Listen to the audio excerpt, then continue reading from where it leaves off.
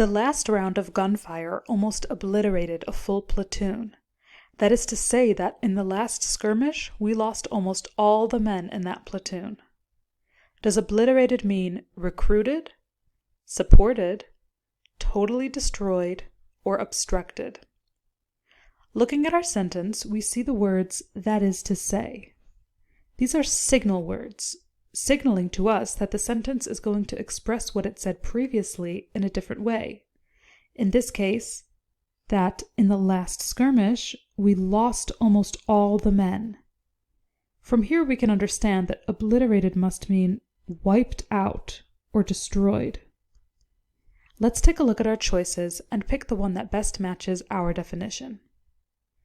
Recruited has a positive connotation, and from what we can see, obliterated has a negative one. This can be marked off. Supported, again, is positive and does not fit in with our sentence or our definition. Totally destroyed sounds to be what we're looking for, but we're going to check out the last choice just to be sure. Obstructed, again, wouldn't mean that they lost all of the men. We can mark that off as well and be confident that C, totally destroyed, is our final answer.